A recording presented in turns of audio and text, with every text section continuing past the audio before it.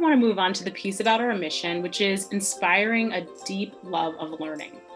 So my example is actually going to come from science again. Our 8th grade science class is called Physics and Engineering, and the course is rooted in the experience of problem solving. So it's as close as you can get to providing students with that real world experience that they're going to have throughout their lives, personally, professionally. The method is really similar to the writing process in this class because every project is really just a series of edits, reflections, and revisions to improve over time. An example of a project for the 8th graders is the trebuchet project.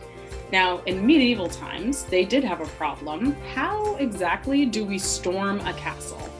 And our students learn all about trebuchet design, about the variables that influence the physics of that machine.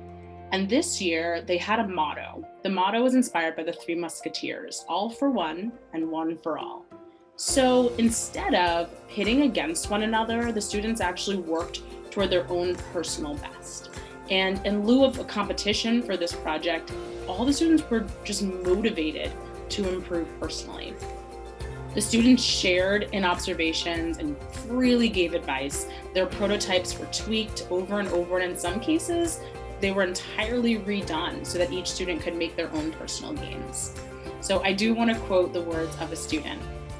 "Something that surprised me was the level of teamwork that our class achieved when we were constructing our trebuchets.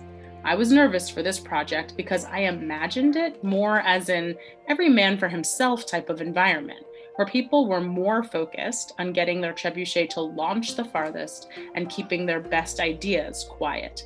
However, when we started building, everyone was helping each other out by asking what they could do differently, how someone else had done that, or why something wasn't working. I realized that the main focus of this project was not to beat everyone and get your trebuchet to launch the farthest, but rather to understand the process and improve as much as you could." Now, Lexi, I'm going to guess, may not remember 10 years from now exactly how far she was able to launch that mini marshmallow down the science hallway.